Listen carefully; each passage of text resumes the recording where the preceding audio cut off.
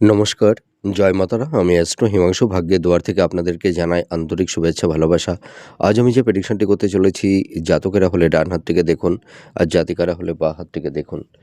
এই যে এইটা দেখতে পাচ্ছেন, এটা হচ্ছে আমাদের বিজনেস রেখা বা বুধ রেখা। এই যে আমাদের এই পোর্শনটা হচ্ছে হাতের আয়ু রেখা।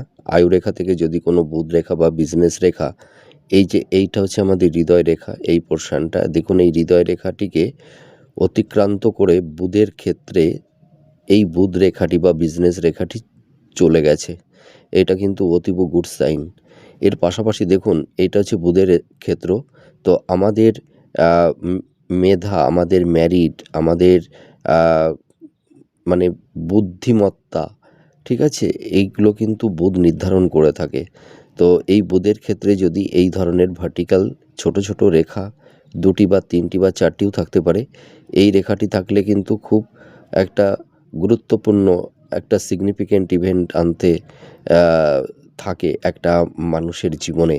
তার মানে এই ধরনের চিহ্ন থাকলে জাতক জাতিকারা জীবনে প্রচুর অর্থ, ধন, সম্পদ, প্রপার্টির মালিক হতে পারে। এবং এই বুধ রেখা যদি এই বুধের ক্ষেত্রের দিকে এইভাবে চলে যায়, তাহলে এরা বিজনেসে প্রচুর সাকসেস, সফলতা পায় এবং এদের কমিউনিকেশান, যোগাযোগ বৃদ্ধি পায়। তাছাড়া এই যে বুধের আঙুলটি লক্ষ্য করবেন, যাদের বুধের আঙুলটি স্ট্রেট সোজা, এটা হচ্ছে আমাদের রবির আঙুল।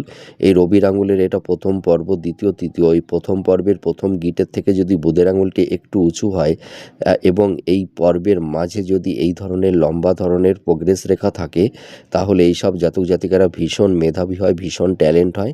এরা এরা এদের মেধা, এদের ট্যালেন্টের মাধ্যমে জীবনে প্রচুর অর্থ, নাম, যশ, খ্যাতি এরা অর্জন করে থাকে। এরা প্রচুর অর্থ, ধন সম্পদের মালিকও হতে পারে। নমস্কার, জয় মাতারা।